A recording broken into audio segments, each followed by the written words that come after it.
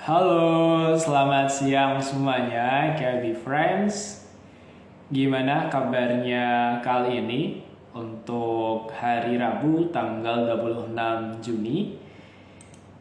Harapannya hari ini kabar KB Friends semuanya happy ya, karena hari ini indeks kita hijau royo dan pastinya harapannya juga kondisi cuan ya. Nah, kali ini kita akan melaksanakan agenda rutin setiap hari Rabu, yaitu bincang siang saham. Nah, bincang siang saham kali ini ada edisi spesial dan pastinya kita akan melihat sebuah view yang bisa dikatakan tidak familiar bagi KB Friends yang belum pernah mendengar. Nah, kali ini kita akan melaksanakan bincang siang saham dengan Ko Albert Gunawan, yaitu sebagai founder dari AG Invest. Oke, langsung saja tanpa menunggu lebih lama, kita langsung aja ojek join Ko Albert untuk bincang siang-siang saham kali ini.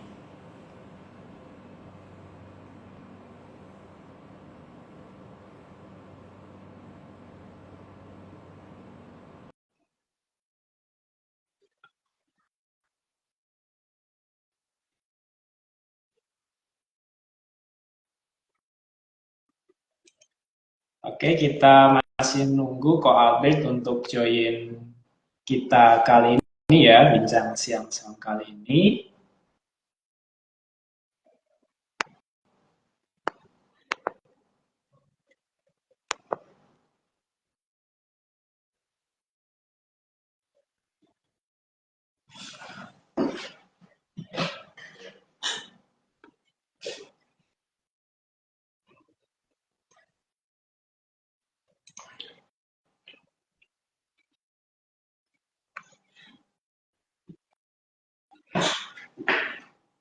Oke, bincang siang saham kali ini kita akan melihat dari view yang berbeda ya, untuk pastinya untuk KB Friends yang belum pernah mendengar mungkin akan cukup bertanya-tanya apa sih itu namanya, yang disebut apa nanti ya.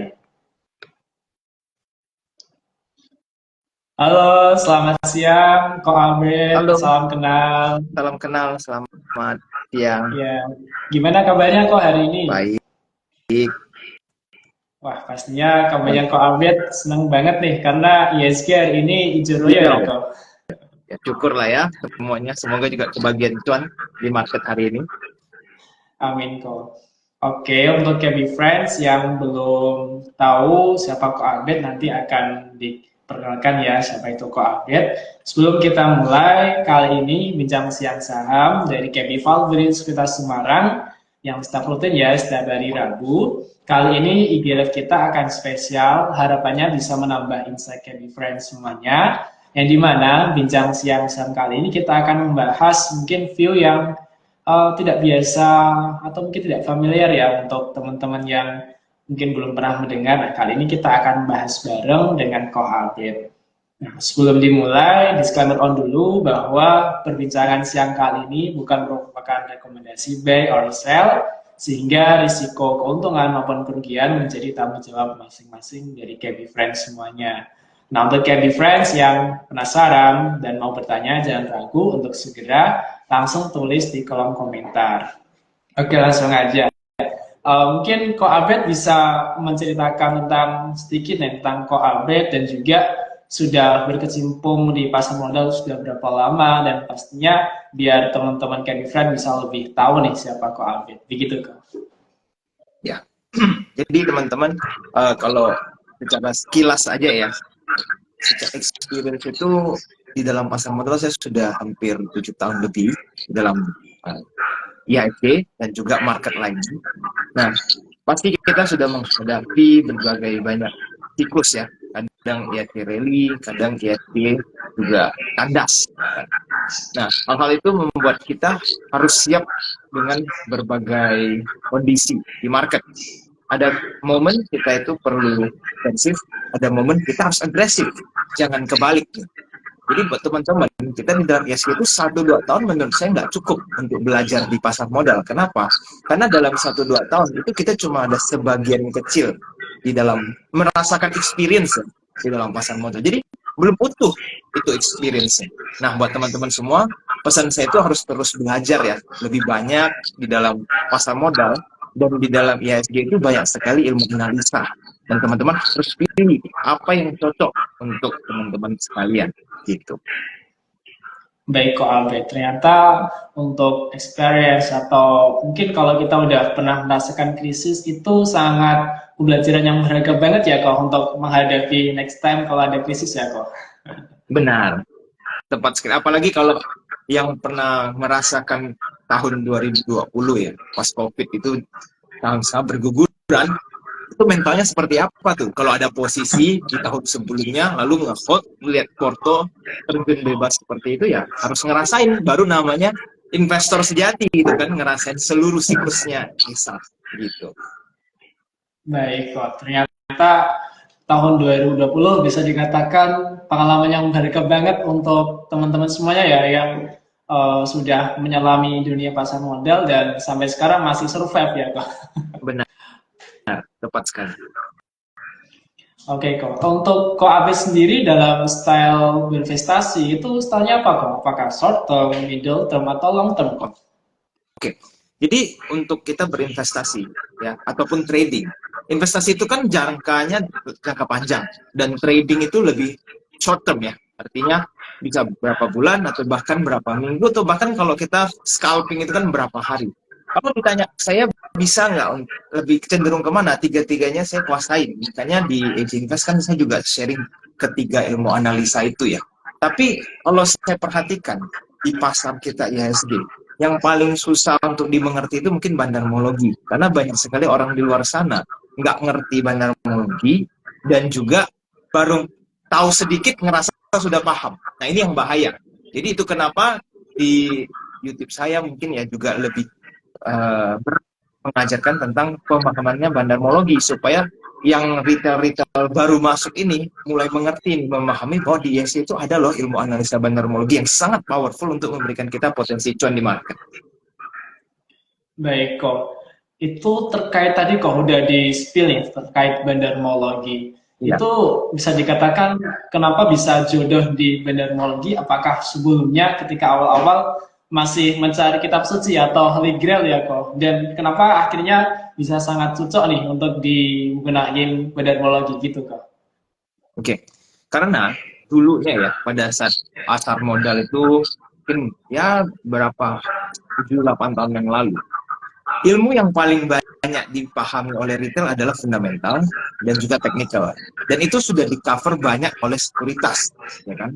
Atau bahkan di buku teman-teman bisa baca tentang fundamental itu kan banyak sekali price earning, PBV dan lain. Nah, kenapa? Sejauh itu retail masih banyak yang rugi ya. Ikut rekomendasi A, B, C dan lain-lain, technical juga masih banyak yang rugi. Investasi saham yang dibeli nggak naik-naik, saham yang nggak dibeli justru malah naik. Nah itu kan ada informasi yang sepertinya kurang. Kenapa sepertinya retail itu susah sekali cuan? Itulah saya mencari tahu lagi ada apa sih yang perlu kita pelajari sebagai retail.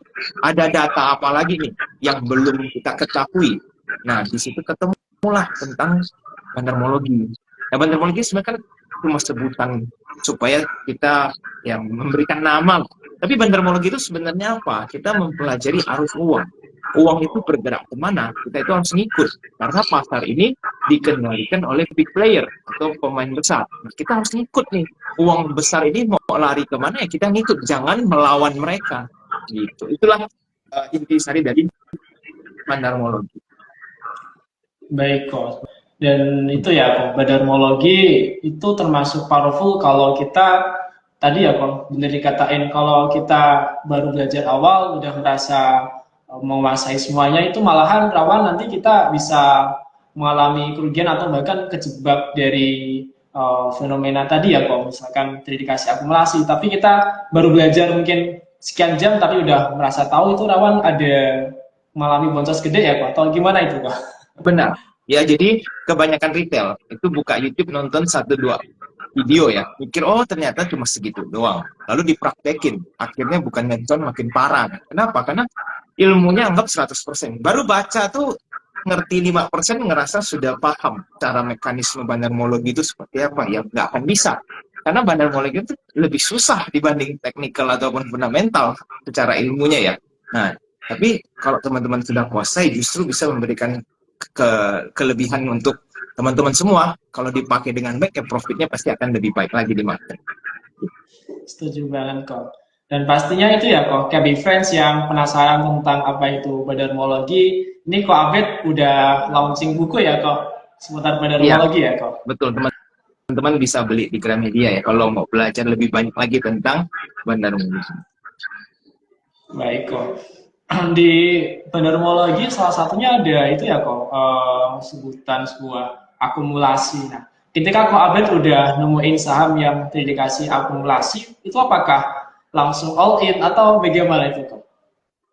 Oke, jadi setiap kondisinya berbeda. Saham itu akumulasi bisa lagi naik, bisa sedang sideways, bisa lagi turun. Jadi mekanismenya itu panjang sekali. Dan saya nggak bisa jelasin semua di sini karena bakal terlalu panjang. Nah, tapi yang untuk pemula istilahnya, jika terjadi akumulasi, itu nyicil beli boleh. Tapi jangan langsung semua dimasukin. Ya kan? Karena kita nggak tahu nih, big money punya peluru kan banyak, atau amunisi duitnya kan banyak. Jadi jangan satu hari mereka lagi pungut, teman-teman langsung hajar semua.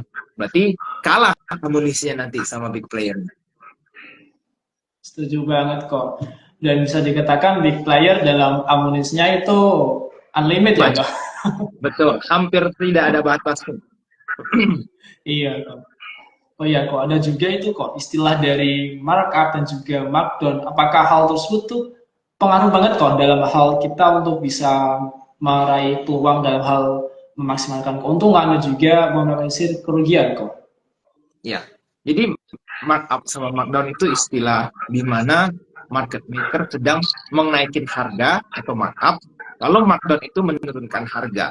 Tujuannya apa? Kalau markup, dia lagi mau profit taking. Mereka sudah siap-siap naikin harga supaya mereka bisa jualan. Sebaliknya kalau mereka markdown, mereka lagi mau pungut barang, ditekan harganya supaya mereka bisa pungut barang banyak di harga bawah. Nah, jadi teman-teman ya harus atur strategi masing-masing. Kalau ketemu saatnya markdown, mau ikut pungut, boleh, selama tidak ada distribusi. Tapi kalau dia markup, ya, nanti kita perhatikan juga apakah dia ada distribusi atau tidak. Kalau dia markup tanpa distribusi, ya teman-teman bisa lanjut hold sahamnya atau cuan bersama big playernya, gitu. Nah, jadi mungkin teman-teman kalau dengar ini akan masih abu-abu ya. Ini gimana kok cara analisa? Nah, itu mesti belajar lebih banyak lagi tuh tentang bandarmologi. Gitu. Baik. Nah, untuk KB Friends yang bertanya, jangan ragu bisa langsung tulis di kolom komentar. Begitu. Nah, ini kok pastinya itu ya kok dalam hal setiap analisis baik teknikal, fundamental dan juga bandarmologi itu pasti ada peluang kita untuk mengalami kerugian dan untuk khususnya dalam hal bandarmologi untuk kita bisa menghindari jebakan lah istilahnya kok. Menghindari jebakan dalam hal analisa bandarmologi itu kita sebagai investor itu harus gimana itu kok? Oke. Jadi kelebihannya bandarmologi ya dibanding ya dengan contoh teknikal. Misalkan kita lihat saham lagi jebol berdasarkan chart. Kan teknikal itu ada banyak support. Support 1 bisa jebol, dia jadi support 2 atau support 3 dan seterusnya. Istilahnya kan begitu. Pertanyaannya adalah kalau kita sudah ambil posisi, jika dia jebol support, apakah kita harus cut loss atau kita masih harus hold sampai support selanjutnya? Itu kan yang paling banyak kesulitan dihadapi oleh retail.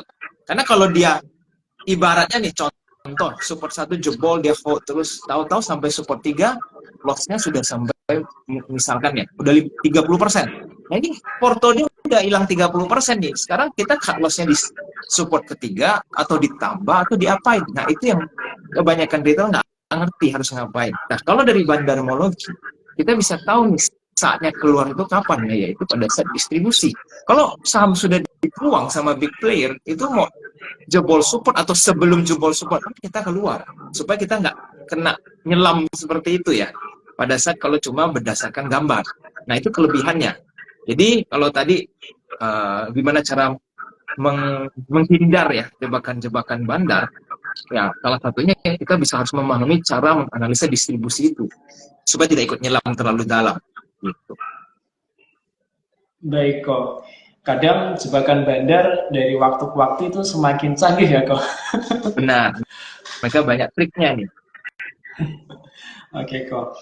Nah ini dari pengalaman kok Abis sendiri, ketik dalam hal pasar modal kok kira-kira mengalami hal kesuksesan maupun kegagalan dalam bandarmologi itu apa kok? Biar kita nih sebagai investor yang masih awam itu bisa mengambil petik dalam hal pembelajaran suksesnya itu di saham apa dan juga kegagalannya itu karena apa begitu. Oke, kalau teman-teman mulai paham ya dari zaman COVID, pasti sadar bahwa banyak saham yang justru memberikan multi bagger itu bukan fundamental yang bagus. Ya, bahkan tahun ini saham yang kasih bagger itu sahamnya Pak PP kan. Itu kalau secara fundamental nggak mungkin ada orang fundamental beli saham itu.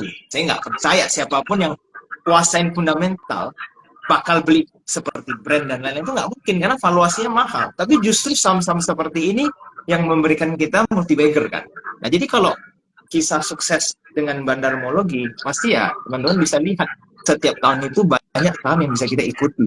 Kalau ngikutin bandar ya istilah itu ngikutin big money. Nah, ini teman-teman kalau cuma fanatik nih artinya, oh saya cuma mau beli saham-saham murah. Ya silakan kalau mau investasi jangka panjang dan nggak mau pusing dengan trading setiap harinya atau setiap minggu ya. Ibaratnya dibeli lalu ditinggalin, ya itu mungkin invest cocok. Tapi kalau teman-teman suka swing trading gitu ya, apalagi dalam beberapa bulan bisa dapat 100-200% ya kan. Nah itu bandarmologi itu pasti akan bikin teman-teman beda hasilnya karena teman-teman jadi berani untuk masuk saham yang lebih beresiko tapi sudah dianalisa dulu, bukan main asal beli. Beda ya kalau orang yang nggak ngerti hajar saham sana sini cuma karena dia naik, itu pasti makin banyak ruginya. Tapi kalau kita masuk bersama big player itu akan lebih besar kemungkinan mendapatkan cuan. Contoh kalau pada saat zaman COVID ya kan ada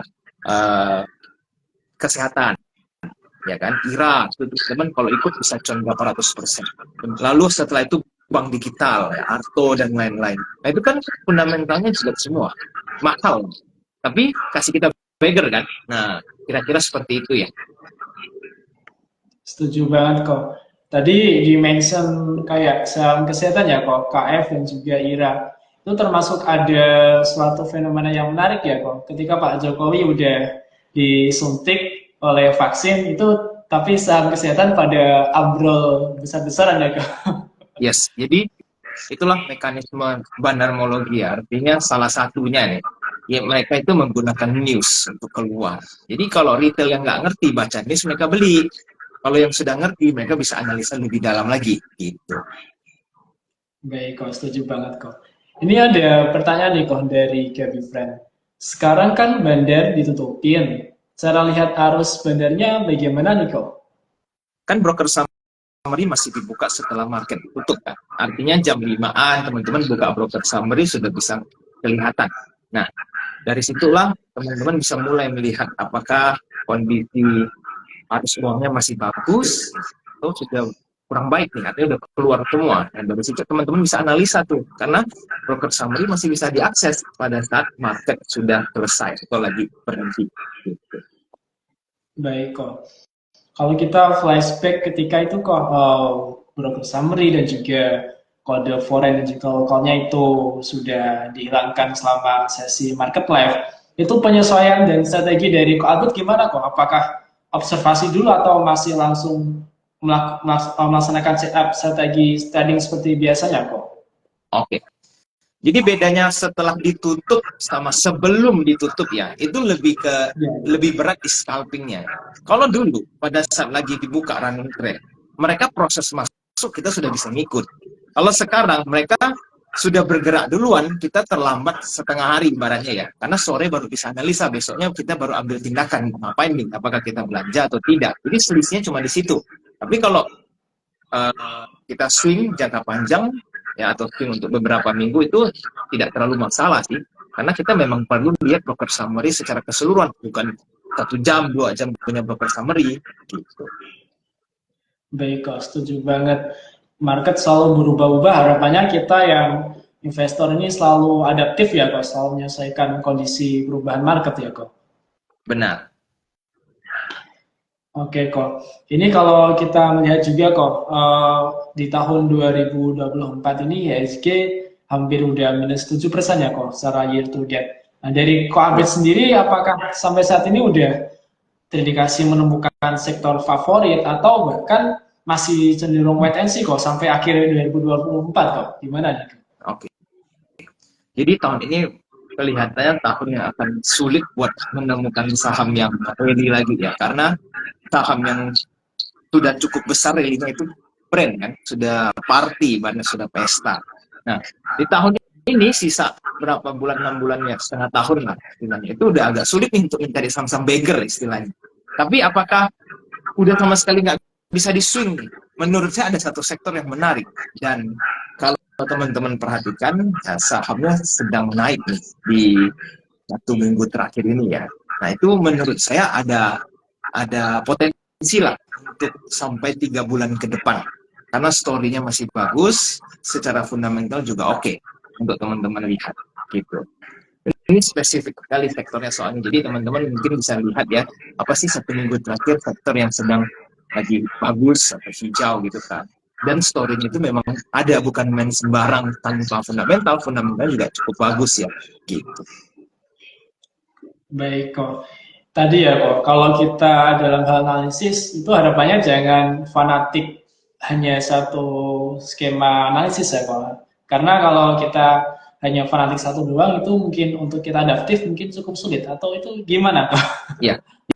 Jadi ilmu itu ilmu analisa kan ada banyak ya di market kan. Kita harus tahu ilmu analisa A ini dipakai untuk invest atau trading. Itu dulu yang perlu kita tahu. Kalau teman-teman seorang investor, belajarlah ilmu-ilmu tentang investasi, jangan belajar ilmu tentang trading. Tapi sebaliknya, kalau teman-teman banyak waktu untuk trading, janganlah belajar tentang investasi, karena teman-teman akan kebalik-balik. Artinya, saya seorang trader misalkan, tiba-tiba saya beli saham yang memang untuk trading, nggak mau lama-lama holdnya kan. Cuma nyangkut kan saham, nggak mau di cut loss, akhirnya berubah jadi investor. Itu yang paling parah menurut saya. Karena awalnya mau trading, karena nyangkut dia nggak disiplin cut loss, tombol cut lossnya hilang gitu kan. Berubah menjadi investor. Akibatnya apa? Mereka menjadi investor di saham-saham yang nggak bagus. Karena trading kan nggak jangka panjang. Artinya mereka beli saham yang fundamentalnya biasa atau bahkan jelek kan mereka berani. Tapi kan itu bukan untuk diinvest. Nah, sering saya ketemu nih retail mau trading malah jadi investor. Jadi invest di saham yang bermasalah. Nah, ini yang hancurin porto semua gitu. Jadi teman-teman tuh belajar ilmu, tergantung teman-teman mau kemana dulu, mau invest atau mau trading, karena mereka dua dunia yang berbeda. Analisanya berbeda, cara berpikirnya berbeda, dan semuanya itu berbeda. Baik kok, setuju banget. Setiap orang punya jodohnya masing-masing ya kok. Iya, dia harus dipilih ya. Nggak bisa saya tiba-tiba investor, lalu tiba-tiba trader, lalu investor lagi, lalu tergantung saham saya macam-macam. Jadi dia sendiri nggak tahu dia harus berbuat apa. Itu yang berbahaya menurut saya. Baik, setuju banget. Oh iya kok, ini untuk Abed sendiri, untuk harapannya ya kok, untuk pasar model kita ya khususnya ke depannya itu gimana kok? Mengingat kalau kita lihat ya kok, dari regulator itu dalam hal regulasi itu sering berubah-ubah, dan beberapa mungkin regulasi yang cukup menekan ya dan tidak membuat happy para investor seperti FCA, dan juga nanti dalam waktu dekat ya kok, paling lambat Oktober itu kebijakan short selling sudah mulai dijalankan. Itu dari Ko Abed tanggapannya gimana kok untuk harapan pasar modal ke depannya kok? Oke. Jadi kalau menurut saya pribadi, setiap kebijakan baru itu sebaiknya tuh disosialisasi dengan baik. Jangan dibikin lalu mendadak diimplementasikan, lalu semua pelaku pasar kebingungan apa yang terjadi. Kan itu menurut saya tidak terlalu baik ya. Sesuatu yang namanya kebijakan, apalagi dampaknya terhadap banyak sektor, ya banyak orang, kan nggak boleh seharusnya tiba-tiba tuh diimplementasikan lalu semua kaget gitu kan. Nah, kalau mau contoh nih seperti short selling ya, dari jauh-jauh udah dijelasin dan diedukasi dengan baik, mekanismenya itu harus transparan. Jadi sih tidak masalah ya seperti itu ya. Nah, kemarin yang bikin problem di FT adalah kurang transparansi dan kurang sosialisasi. Jadi tidak tahu ini barang atau mekanisme ini atau kebijakan ini seperti apa yang mau dianalisa. Nah, itu kan yang bikin market lumayan resah. Nah, tapi kalau misalkan short selling juga udah diwacana mau diintroduce itu harus jelas dia punya aturan main seperti apa. Jangan udah diimplementasikan, nanti 1-2 bulan berubah lagi, 3 bulan berubah lagi. Nah, ini yang bikin marketnya kurang happy. Jadi harapan saya ke depannya, semoga setiap kebijakan itu disosialisasi dengan baik, gitu. Baik, kok setuju banget. Harapannya khususnya itu ya kok, trust kepercayaan investor lokal dan khususnya juga investor foreign ya kok kembali meningkat biar gas kita atau pasar kita kembali bergairah ya kok. Benar, ya. Jadi bukan cuma lokal, asing pun kena gitu kan, kaget gitu. Oke kok. Bahkan kemarin tuh ya kok yang udah digadang-gadang brand masuk dari FTSE, tadi berhubung brand masuk FCA akhirnya nggak jadi masuk ya kok. Iya, itu memang kasihan sekali ya, bisa sampai terjadi seperti itu kan nggak pernah tuh.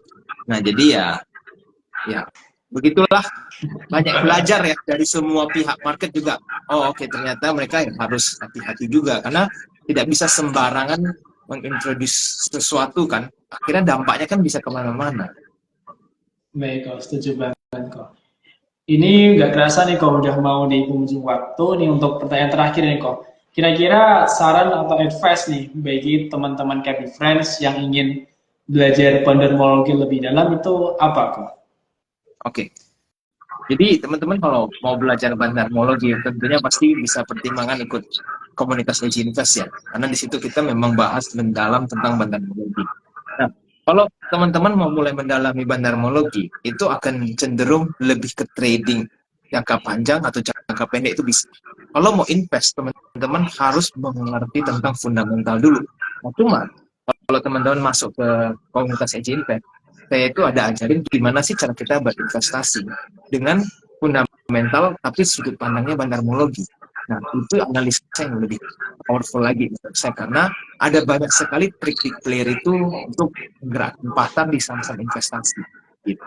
Nah, mungkin teman-teman akan mulai mengerti jika sudah join dengan komunitas invest.